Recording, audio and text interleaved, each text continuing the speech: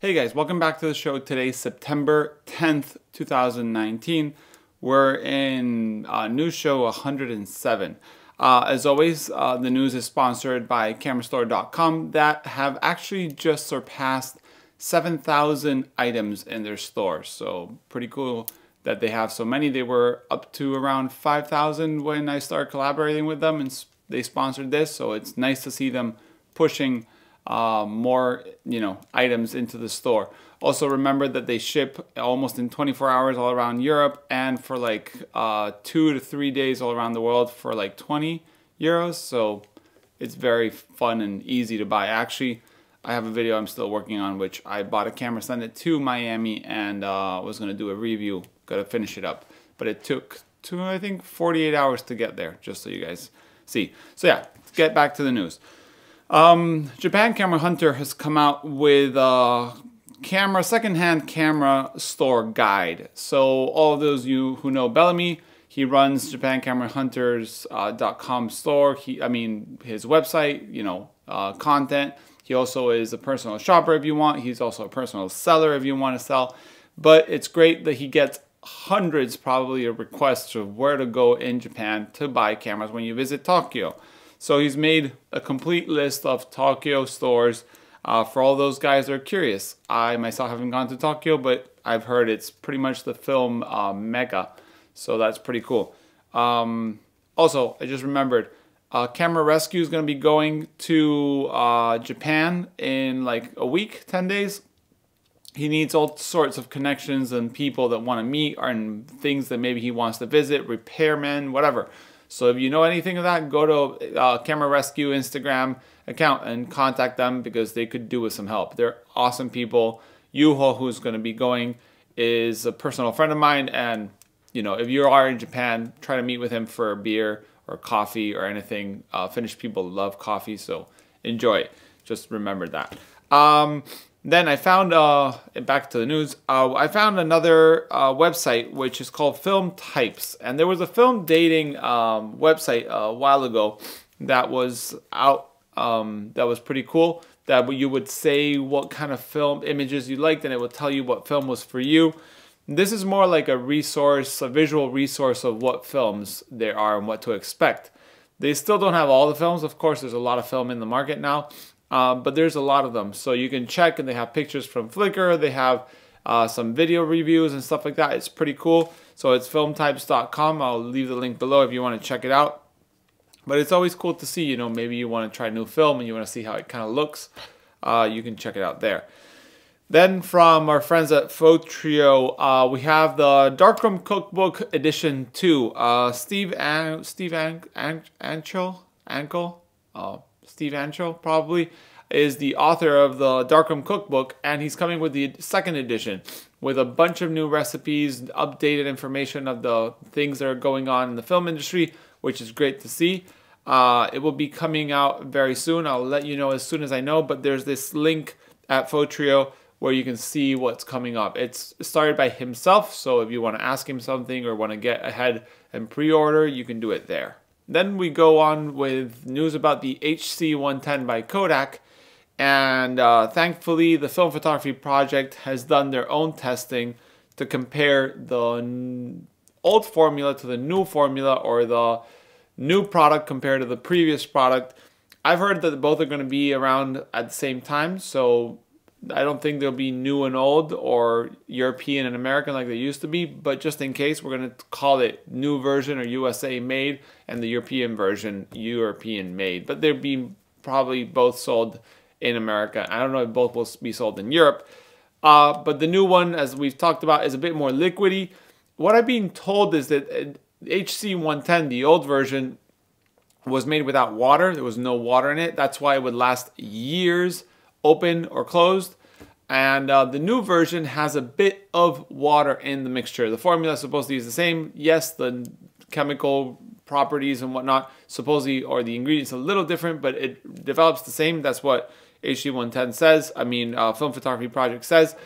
But what happens is supposedly that because it has a bit of water, it won't last just as long. I'm not saying it'll last just a year or 2 years, But I've had Hc110 open for years, developed, no issues. Open a new one, developed, same, no issues. So we don't know. Just in case you got that more liquidy one that maybe some people prefer to measure and stuff to use. I love my syrup Hc110, the old version, because I just kind of pour my 31.25 milliliters, mix 1 liter, I'm ready to go. But just in case, thank you Film Photography Project for doing this testing. There's a bunch of images and examples and all that stuff that you guys love.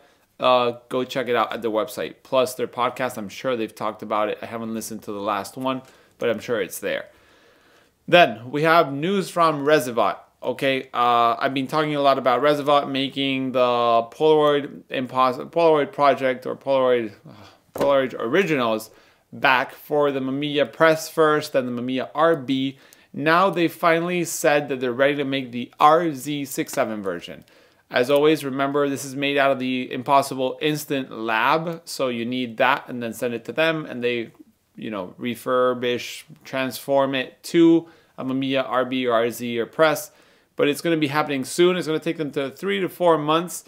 I've been offered one to try it out, so I'm looking for an Impossible Lab. If someone watching this wants to donate or has one that wants to sell, I'm very happy to receive it and give it a new life with the RZ and test it out for you guys if you want to check it out. But Rezivot, awesome people. You want to keep an eye on them. And then we have someone that emailed me. For those who have been emailing me, sorry, the little out of the news. My phone died suddenly one day. I lost everything on it. And I've been catching up to a new phone and linking. I had not checked the news email that I always plug at the end. And I want to say that there was quite a lot of emails. Thank you so much for everyone. If I don't address everyone by name, it's because there was quite a few. But thank you very much. I do read them, and now they're on my phone. I get them immediately. Actually, one of them is from today. So, GP3 400 ISO black and white film from Shanghai is making its first peeks into Taobao. Supposedly, first things that are coming out are bulk film. What I got in the email is that supposedly there's still not, you know, the film has to settle. Film, when they make it, it has to kind of like settle. Like when you cook a meal, it has to settle a little while. So it has to kind of cure itself. In Spanish, they say curado. Kind of like settle and get ready. So supposedly the first rolls or bulk rolls are coming out to Taobao.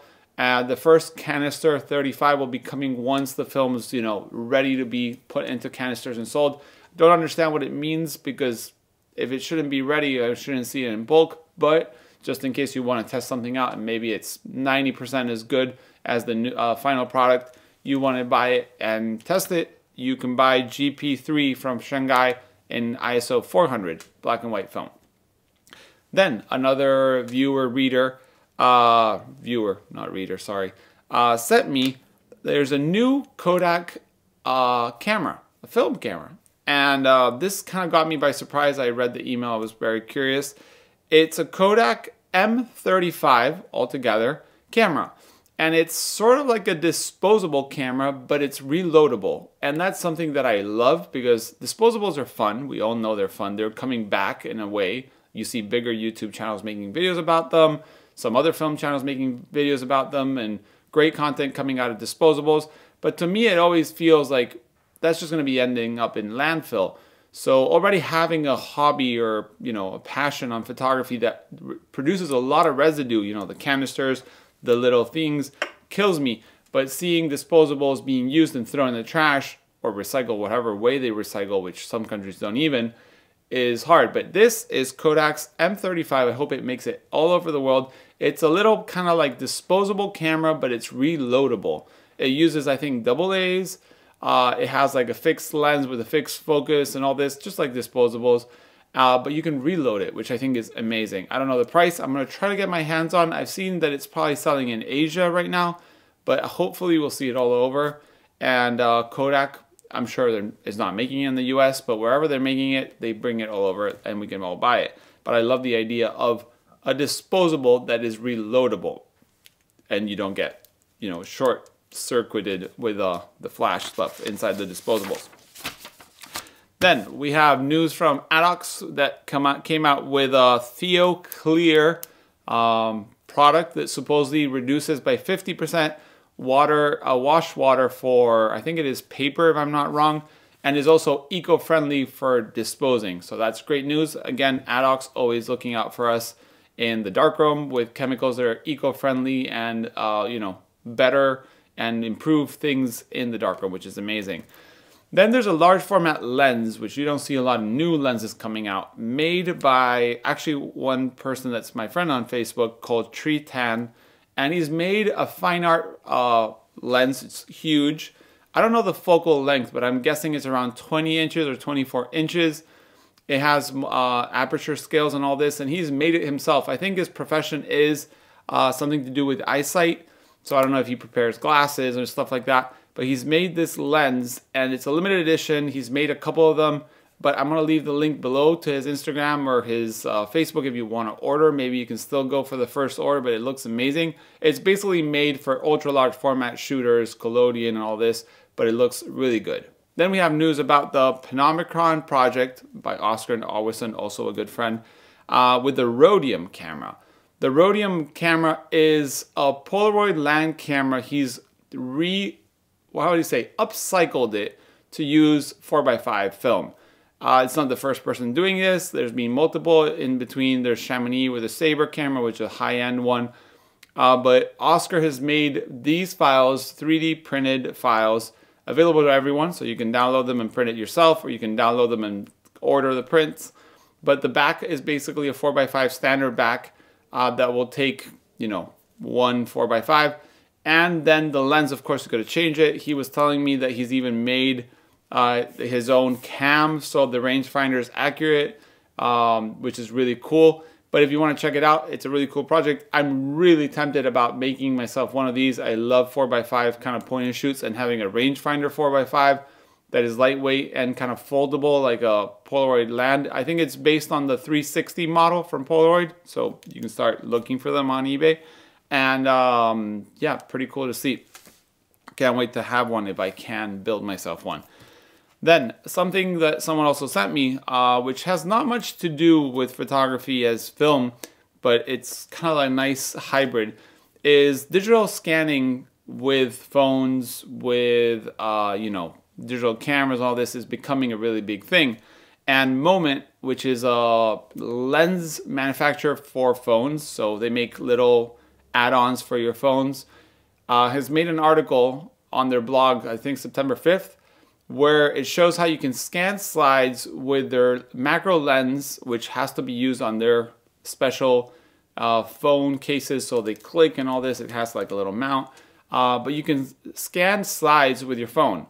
And I'm sure they're talking about slides because slides are positive, so you don't need to invert or do anything to them. You just take a picture and it's ready. But I'm sure paired with Negative Lab Pro or the Film Lab app by Abe, you can probably invert color negative and get your scans from color negatives. It is your phone, but the examples they put on their website are pretty cool. So maybe you do have a phone that's compatible, because they don't have cases for all the phones. I think they mostly do Samsung, iPhones, and a couple others, maybe Pixel from Google. But you could scan with this little lens your film pictures, which is great. And not that they'll get the highest quality, but you know, to share on social media with family on WhatsApp or any group, Facebook, whatever, I think it's really fun. So I'll leave that link to that article below. And then again, Joey, a subscriber and Patreon, thank you Joey for the information, sent me an email about the 35mm Leica version 1 copy. So someone in China, or a group of people in China, have made a copy of the famous Summicron V1 8 element lens. I own a copy of that lens and I love it. It's kind of an old vintage look to it. It's not so sharp. You know, certain things are special about it, but they're making this lens and hopefully it'll be in the market soon. So it's not going to be Seven Artisans. It's going to be some other brand. But the cost I heard is going to be around $500 US. I think the color is going to be black, which is great. And I'll leave the link to the Rangefinder forum thread about it, which is really cool. You can read all about it. Rangefinder forum is a great forum for rangefinder lovers and others. But yeah, very interesting. Thank you, Joey, for sending that information. Also, if you're into podcasts, I've been interviewed by Studio C41, 1 Hour Photo Podcast. I'm reading it out because they changed the name recently. And we had a conversation with Bill. It was really fun. I was at my holidays in Miami. And if you want to listen to it, it's probably, I'm looking at it at my podcast app, but I'm sure it's on Spotify, Apple Podcasts, and such. If you enjoy it, let me know. I'm very curious how it is. I'm really shy and I don't like listening to myself. I usually don't rewatch these videos much. So yeah, if you enjoy the podcast, you can check it out. Subscribe to his podcast and let me know how it goes. So yeah, as always, that's the news for this week. You have an email below, which now I do get on my phone again. Where you can hint me stuff, which I love seeing, and it really helps me see more of the film industry because there's so much I can see in a week. And as always, thank you for watching, guys, and see you next week.